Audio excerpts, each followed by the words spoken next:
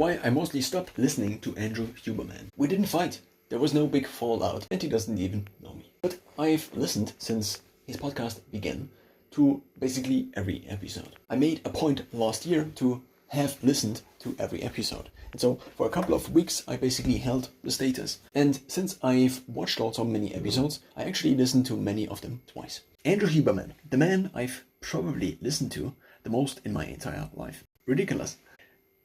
I want to now explain the 3 reasons why I think I stopped listening.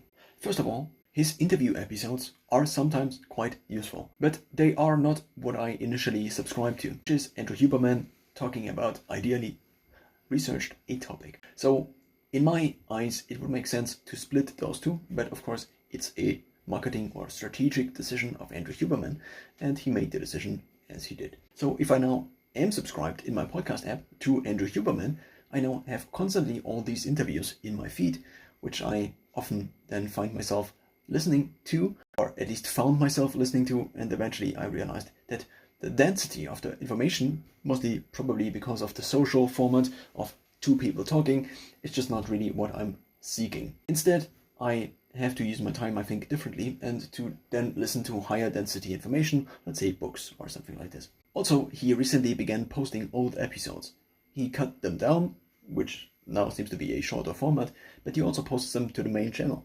So if I've listened already to an episode, now it's new and it shows on the top of my podcast feed, and then I already have listened to this episode, which then at this point in time sometimes is 2 years old. Maybe also not the best content strategic decision. A third point is that all of the personal things Andrew Huberman has talked about, he talks about them again, mostly because he's the same person. And because I've listened to him so long, or for so much, I already know many of the details. His dog, where he grew up, etc. And of course now I already have 3 points, but there is a 4th point, which also is maybe beginning to bother me, but of course it's he's offering. I'm just listening. But he seems to try to be increasingly political. Maybe a part of a grander strategy to maybe one day be president, which I can say and I don't know. But he seems to try to subtly steer his conversations often into the political realm, and it seems, at least